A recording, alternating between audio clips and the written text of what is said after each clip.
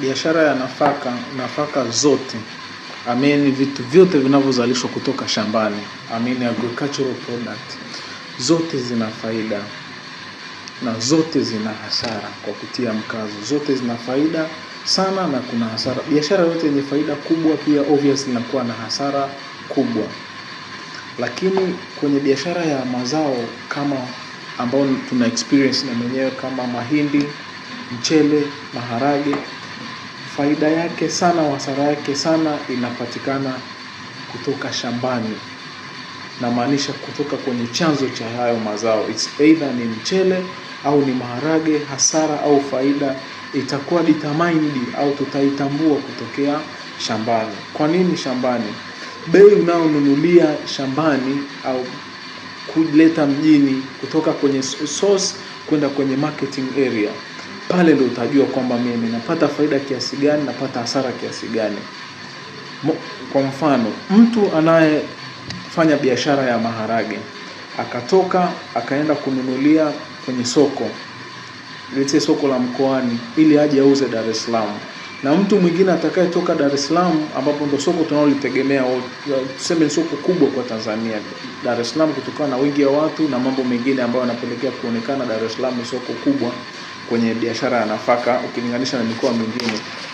Mtu atakayetoka Dar es Salaam kwenda kununua maharage kwenye soko la mkoani, let's say Makambako, Songea, Msamara au Mbauda, Arusha, ni tofauti na mtu atakayetoka Dar es Salaam akaenda porini kabisa kukutana na wakulima.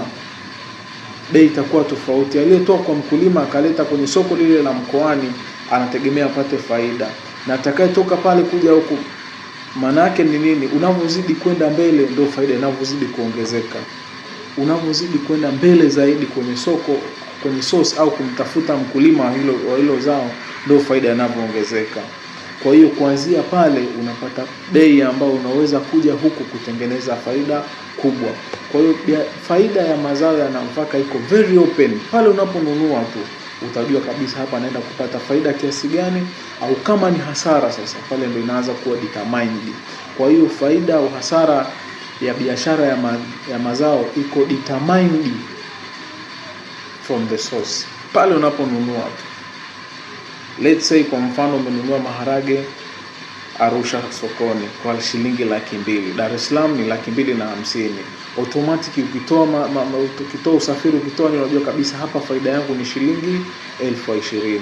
Alienda porini mbele zaidi akanunua kwa 180,000, manake kwenye ile 20,000 anajumlisha na 20,000 ambao ameiokoa tena, anazungumzia 40,000.